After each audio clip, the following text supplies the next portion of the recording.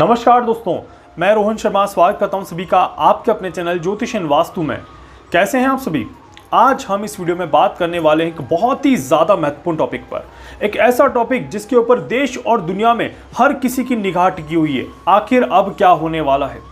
हम आज यहाँ पर वर्ल्ड वॉर सीरीज में बात करने वाले हैं अफगानिस्तान और तालिबान में जिस तरह से गृह युद्ध चल रहा है उसमें एक बड़ी जगह के बारे में हम बात करने वाले हैं। आज यहाँ पर पंजशीर के बारे में। पंजशीर ये वो जगह है जहाँ पर अफगानिस्तान और तालिबान एक दूसरे के साथ कहीं न कहीं डट के मुकाबला करने वाले हैं। ऐसा इसलिए कहने वाला हूँ क्योंकि पंजशीर अफगानिस्तान का हिस्सा है। अफगानिस्तान ने ऑलरेडी सरेंडर कर दिया है, बट पंजशीर एक ऐसी जगह है जिसने अभी भी सरेंडर नहीं किया है और वो तालिबान के सामने डट के खड़ा हुआ है कि आखिर देखते हैं कि तालिबान हमें हरा पाता है या नहीं हरा पाता है। बहुत बड़ी कहानी यहाँ पर चल रही है और बहुत बड़ा युद्ध आगे होता हुआ यहाँ पर दिखाई दे रहा है। आखिर क्या रहेगी पंजशीर की कहानी और किस तरह से होगा पंजशीर में तालिबान या फिर अफगानिस्तान का मुकाबला, कौन जीतेगा कौन हारेगा, और क्या अफगानिस्तान में तालिबान अपना राज कर पाएगा या नहीं कर पाएगा। क्या काबुल पर अफगानिस्तान का झंडा लहरा पाएगा काबुल पर, या फिर तालिबान का झंडा लहराएगा। बहुत बड़ी कहानी है यहाँ पर। चलिए इसको थोड़ा सा डिकोड करते हैं यहाँ पर और देखते हैं कि एस्ट्रोलॉजिकली क्या क्या चीज़ें यहाँ पर निकलती है।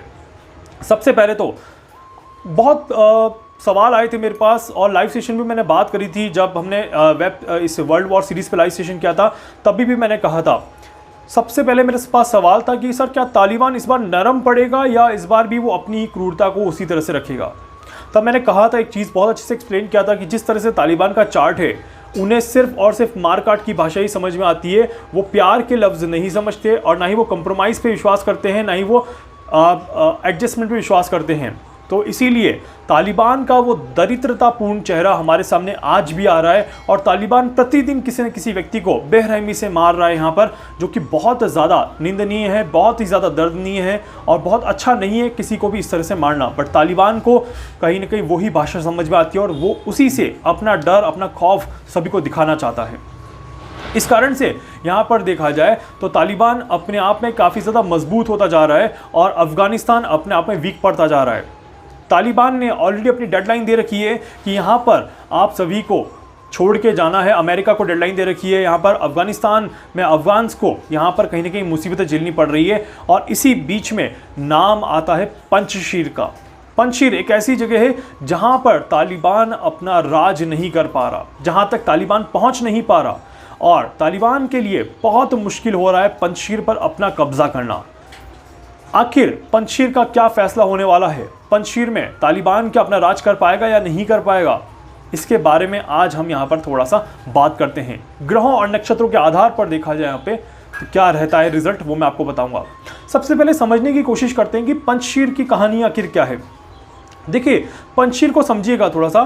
पंजशीर ये एक ऐसी जगह है जहाँ पर अब तक कोई भी राज नहीं कर पाया, या फिर ये कहूँ कि अफगानिस्तान में सबसे सेफ जगह अगर है तो वह है पंजशीर। पंजशीर एक तरह से अजेय राज्य बना हुआ है। पंजशीर में कहीं ना कहीं हर व्यक्ति अपने आप को महफूज समझता है, ऐसे चांसेस यहाँ पर दिखते हैं। पंजशीर में आज राज करना तालिबान के लिए आसान रास्ता नहीं है और पंजशीर फाइट बैक करने के लिए तैयार है। ऐसे में क्या रहेगी तालिबानियों के लिए इस मुश्किल घड़ी में, क्या वो पंजशीर को हथिया पाएंगे या पंजशीर इस मुश्किल घड़ी में अपने आप को बचा लेगा और वहां पर तालिबान को सरेंडर करना पड़ेगा। देखिए ग्रहों और नक्षत्रों के आधार पर देखा जाए तो आने वाला समय अफगानिस्तान के लिए वैसे तो बहुत ज़्यादा अच्छा नहीं है।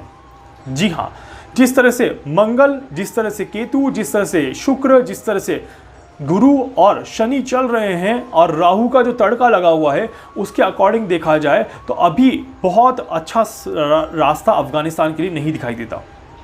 मतलब कि ये तो कंफर्म है कि अफगानिस्तान के लिए चीज़ें बहुत अच्छी नहीं हैं।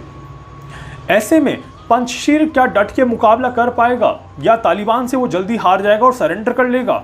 तो यहाँ पर मैं आपको एक चीज़ ज़रूर कहूँगा कि पंजशीर यहाँ पर मुकाबला करेगा, फाइट करेगा और पंजशीर की लड़ाई तालिबान के लिए लंबी चलने वाली है।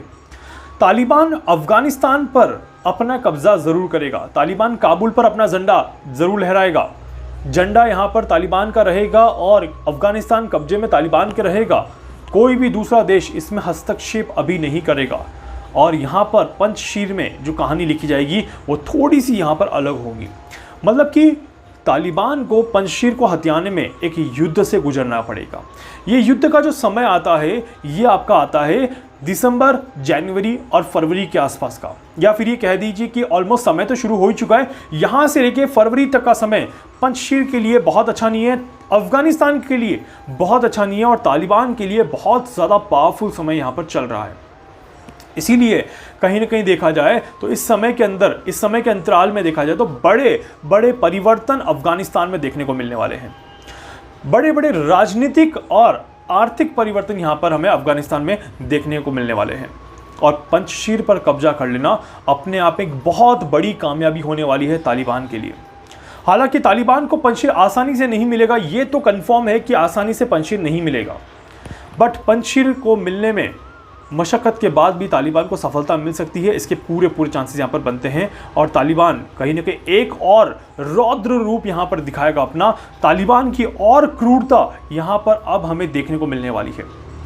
तालिबान अभी खाली बैठने वाला नहीं है या चुप बैठने वाला नहीं है और एक गंदा मंजर हमें तालिबान में यहाँ पर देखने को मिलने वाला है। एस्ट्रोलॉजिकल कैलकुलेशंस तो यही कहती हैं, ज्योतिषीय गणना यही कहती है कि तालिबान यहाँ पर आने वाले 3 महीने में अफगानिस्तान में कहर बरपाने वाला है। कहर बरपाने का मतलब है कि बहुत ज़्यादा गंदी स्थितियाँ यहाँ पर पैदा होने वाली है अफगानिस्तान के लिए और ख़ासकर पंचशीर के लिए भी आने वाला समय अच्छा नहीं है।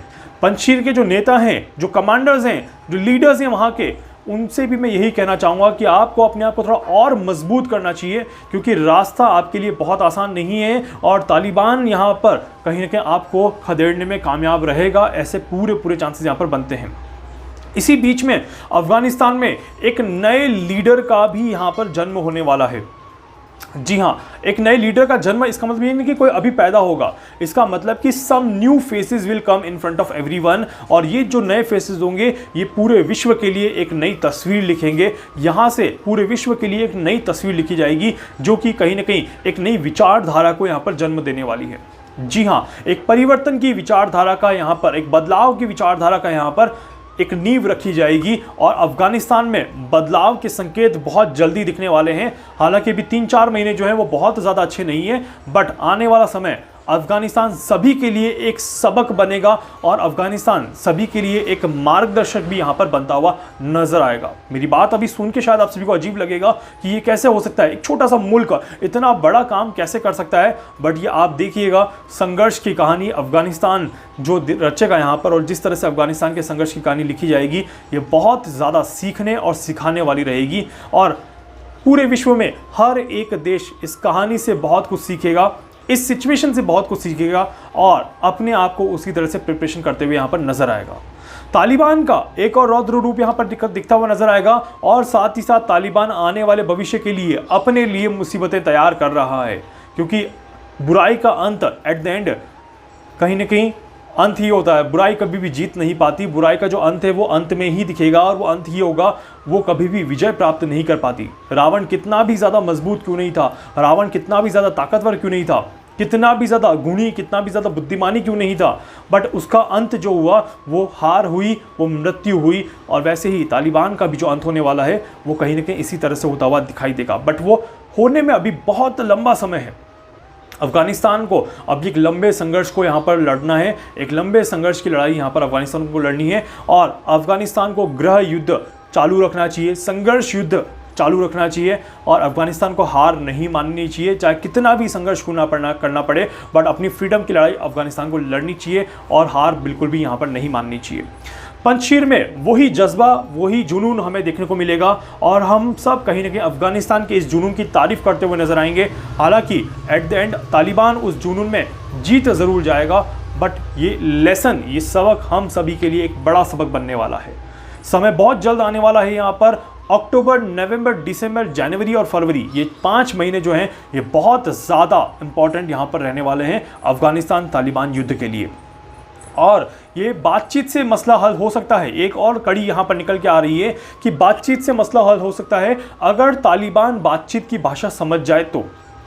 यही एक समझौते की भाषा है जो यहाँ पर अगर तालिबान समझ जाता है तो यहाँ पर ये बातचीत से मसला हल हो सकता है, नहीं तो ये मंजर कुछ और होता हुआ दिखाई देगा।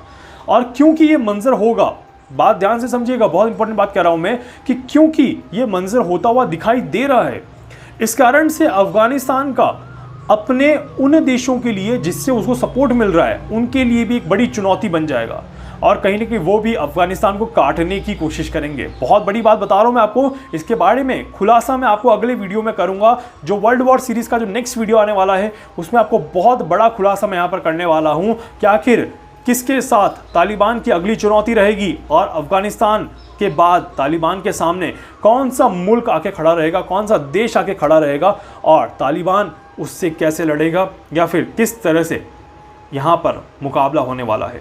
तो वर्ल्ड वॉर में यहाँ पर अभी वर्ल्ड वॉर नहीं कहूँगा मैं इसको, बड़े लेवल पे वर्ल्ड वॉर नहीं कहूँगा, क्योंकि वर्ल्ड वॉर तब होती है जब सारे देश अपनी भूमिका निभा रहे होते हैं। यहाँ पर अफगानिस्तान से तो सारे देशों ने अपने आप को पीछे हटा दिया है, तो अफगानिस्तान को खुद को ही अपने आप को बचाना होगा और तालिबान इतनी आसानी से अफगानिस्तान को छोड़ने वाला नहीं है। उम्मीद करता हूं कि आप सभी को वीडियो समझ में आया होगा।